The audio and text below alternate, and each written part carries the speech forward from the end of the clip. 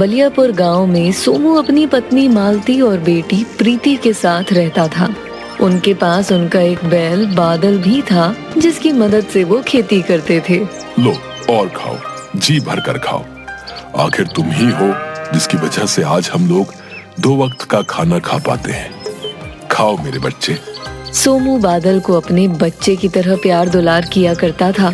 दोपहर में सोनू अपनी बीवी से, अरे ओ भाग्यवान, सुनती हो? जी हाँ आई। क्या हुआ? मैं बादल को नहलाने तालाब पर लेकर जा रहा हूँ और आते वक्त खेत से होता आऊंगा कि फसल कैसी हो रखी है। ठीक है? ठीक है, ठीक है। आपको तो बस अपने बादल के साथ समय बिताने का बहाना चाहिए। उसके बाद सोमू बादल को लेकर तालाब पर जाता है और उसे बड़ी अच्छी तरह से नहलाता है। मेरा सुखी परिवार जिसका है आधार, तू मेरे बादल यार, हाँ तू मेरे बादल यार। बादल बूढ़ा होने के बावजूद सोमू के साथ मस्ती में झूमता रहता है। उसके बाद सोमू बादल को लेकर खेतों में से होता हुआ घर आ रहा था। तभी रास्ते में उसे गांव का एक आदमी मिलता है। अरे सोमू भाई, क्या बात है भाई? बुढ़ापे में भी बादल की चमक तो बढ़ती जा रही है। इस बार की प्रतियोगिता की तैयारी हो रही क्या है? अरे कैसी बातें करते हो भाई। वो वक्त गया जब बादल के सामने कोई बैल टिकता नहीं था, लेकिन अब मेरा बादल बूढ़ा हो चुका है। मैं उसे प्रतियोगिता में नहीं भाई, ऐसा नहीं है सोमू भाई। बादल में अभी भी कोई कमी नहीं है। हाँ, बाकी देख लो, तुम्हारा अपना विचार है। सुझाव के लिए धन्यवाद भाई। माफ करना, देरी हो रही है, मैं चलता हूँ। अगली सुबह सोमू शहर जा रहा था। तभी उसकी पत्नी ने उसे रोका। सुनिए जी, मैं कह रही थी कि आप जाते जाते बादल को भी ले जाइए। मैं इतनी गर्मी में बादल को ले जाकर क्या करूँगा? बेचारा परेशान होगा। देखिए, अब बादल बूढ़ा हो गया है और ये हमारे किसी काम का नहीं। अब ये खेतों में काम नहीं कर सकता है। तुम पागल हो गई हो क्या? कैसी कैसी बातें कर रही हो? मैं सही कह रही हूँ। हम अपने खर्चे की पूर्ति ही जैसे तैसे कर पाते हैं। अब बादल का खर्चा बिना कमाए कैसे उठाएंगे? तुम जानती भी हो कि बादल ने कितनी खराब परिस्थिति में हमारा काम किया है। आप मेरी बात मानिए और इस बूढ़े बैल को बाजार में कसाई के यहाँ बेच आइए, क्योंकि अब हम इस बैल को नहीं पाल पाएंगे। हमने बैल को कभी नहीं पाला, बल्कि बैल ने सदा से हमारा परिवार पाला है। मुझे बैल से कोई परेशानी नहीं है, लेकिन मैं भी हमारी हालत को ध्यान में रखकर बोल रही हूँ। मैं आज नए बैलों की जोड़ी ले जाऊंगा, लेकिन बादल इस घर से कहीं नहीं जाएगा। मैं भी बादल से प्यार करती हूँ, लेकिन मजबूरी के हालात देखकर मैं बहक गई थी। कोई बात नहीं, मैं अब शहर जा रहा हूँ। सोमू शहर में गया और उसने देखा कि वहाँ कुछ किसान पशुओं को बेच और खरीद रहे हैं। अरे ये भी सही है, सभी लोग मुझे जल्दी मिल गए हैं। अब यहाँ से एक सुंदर सी बैलों की जोड़ी खरीद कर घर ले जाऊंगा। मालती बहुत खुश होगी। सोमू व्यापारी महकार के पास गया। आइए आइए सोमू, और क्या हाल है? जी भैया, आपकी कृपा है। मैं एक बैलों की जोड़ी लेने आया हूँ। बैलों की जोड़ी तो मैं तुम्हें दे दूंगा, चाहे एक की जगह 2 ले जाओ, लेकिन बदले में मुझे बादल चाहिए भैया। बादल? वो अब किसी काम का नहीं है। वो तुम्हारे खेतों में काम नहीं कर पाएगा। अरे भैया, सभी चीजों की जिम्मेदारी मेरी है, तुम सिर्फ बादल दे दो। मैं बादल को बेचना नहीं चाहता, और वैसे भी उसे अब कोई नहीं खरीदेगा। मैंने पहले भी कई बार समझाया है और आज भी प्यार से समझा रहा हूँ कि चुपचाप बादल को मुझे दे दो। भैया, बादल मेरे बेटे जैसा है। जीवन भर उसने मुझे कमाकर खिलाया है। अब मैं उसे किसी को नहीं बेच सकता हूँ। मैं तुमसे अपने खेत वापस ले लूंगा, फिर तुम क्या करोगे? मजदूरी के लिए यहाँ वहां भटकोगे, लेकिन पूरे गांव में सभी मेरी बात मानते हैं। मेरे मना करने के बाद कोई तुमको काम भी नहीं देगा। भैया, ऐसा अन्याय मत कीजिए, हम तुम्हारे हाथ जोड़ते हैं। फिर सोच लो कि तुम बादल को मुझे बेचोगे या नहीं। चाहे मेरे कितने भी बुरे दिन आ जाए, लेकिन मैं बादल को तुम्हें नहीं दे पाऊंगा। उसने मेरा बहुत साथ दिया है। अब उसके बुढ़ापे में मैं उसका साथ नहीं छोड़ सकता हूँ। ठीक है, फिर तुम याद रखना कि तुम्हें बादल को ना बेचने की भारी कीमत चुकानी पड़ेगी, समझे? मैं बादल के लिए कुछ भी कीमत चुकाने के लिए तैयार हूं, लेकिन तुम याद रखना कि तुम किसी गरीब के साथ ये अच्छा नहीं कर रहे हो। सोमू बिना बैल खरीदे ही वापस घर की ओर निकल गया। वहां उपस्थित एक अन्य व्यापारी ने महकार से पूछा, महकार भाई, सोमू का बैल बूढ़ा हो चुका है, तुम उसको खरीदने पर क्यों तुले हो? तुम नहीं जानते कि उस बैल में क्या है? मैं उस बैल को खरीद कर बैलों की दौड़ प्रतियोगिता में दौड़ाना चाहता हूँ। मैं कुछ समझा नहीं, वो बूढ़ा बैल कैसे दौड़ पाएगा? और अगर ऐसा होता तो फिर सोमू भी उसे दौड़ा सकता था।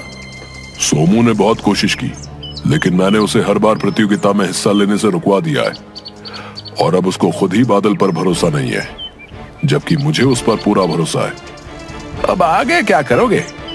2 दिन बाद बैलों की दौड़ प्रतियोगिता है। बादल बहुत सुंदर है, आधे से ज्यादा लोग तो उसकी सुंदरता पर ही पैसे लगा देंगे। मैं एक दिन में बहुत सारे पैसे कमा लूंगा, और फिर ये संख्या बढ़ती जाएगी, क्योंकि मैं आखिर तक पैसे कमाऊंगा।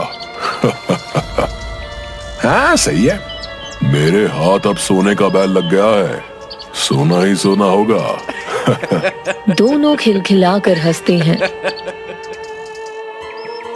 अगले दिन सोमू और मालती दोनों उदास बैठे थे। तुम बिना सोचे समझे फैसले ले लेते हो। मैंने पहले ही कहा था कि इसको बेच दो। ये हमारा भाग्य है कि कोई स्वयं चलकर इस बूढ़े बैल को खरीदने आ रहा है। अब तुम भी मेरी बात नहीं समझ रही हो। मैं सारी बात समझती हूँ। मेरे लिए भी बादल बहुत प्यारा है, और उसके अलावा हमारा कोई नहीं है। लेकिन महकार बहुत खतरनाक व्यक्ति है, हम उसका सामना कभी नहीं कर पाएंगे। हाँ, मैं भी यही सोच रहा हूँ। महकार जो बोलता है वो करता है। अब वो बादल को हमारे साथ नहीं रहने देगा।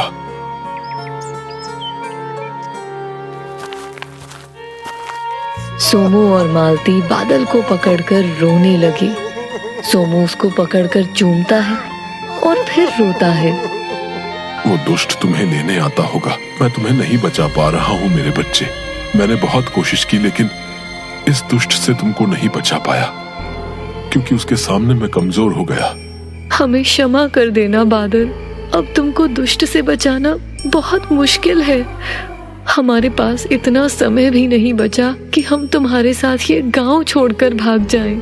बादल कुछ बोल नहीं सकता, लेकिन उसकी भी भावनाएं हैं। उसको सब कुछ समझ आ गया। उसकी आंखों से भी आंसू बहने लगे। सोमू ने बैल को खोला और रात में ही उसे महकार के घर बांध आया।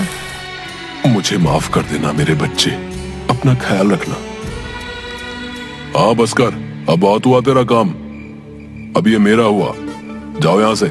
सोमू वहां से जाने लगा, लेकिन बादल की आंखों के आंसू रुकने का नाम नहीं ले रहे थे। लेकिन मजबूरन उसे वापस आना पड़ा। सोमू ने जब अगली सुबह उठकर देखा तो बादल बाहर खड़ा होकर घास चर रहा था। अरे बादल, मेरे बच्चे, तू आ गया।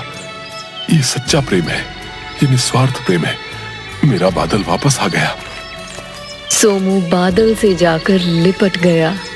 तभी उसने देखा कि बादल के पैर में चोट लगी है। बादल मेरे बच्चे, तुझे ये चोट कैसे लग गई? जरूर ये दुष्ट महकार का ही कारनामा है। उसने ही तुझे मारा होगा। महकार के कारण सोमू और मालती की जिंदगी में सब कुछ खत्म हो गया था। अब उनके घर में रोटी भी नहीं बची थी। अब तो घर में खाने को कुछ भी नहीं बचा है। अब हम क्या करें? मेरी समझ से सब बाहर हो रहा है मालती। तभी बादल उन दोनों को परेशान देखकर अपनी जगह से चलकर पास ही रखी बैलगाड़ी के पीछे के हिस्से के पास जाकर खड़ा हो गया और अपने सींगों से उसे उठाने की कोशिश करने लगा। ये सब देखकर सोमू और मालती रोने लगे। मजबूरी में सोमू ने बादल को बैलगाड़ी से जोड़ा और दिन भर सामान ढोने का काम किया। आज हमारे बुरे समय में बादल ही काम आ रहा है।